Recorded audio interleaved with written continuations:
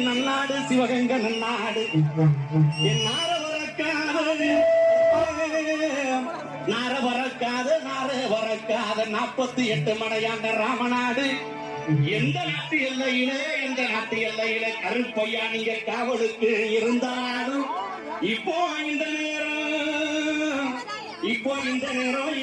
நேரம் நீங்க வரணும் கருப்பையா.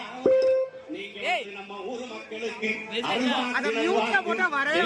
சொல்வாக்கு கருப்பையா தரவே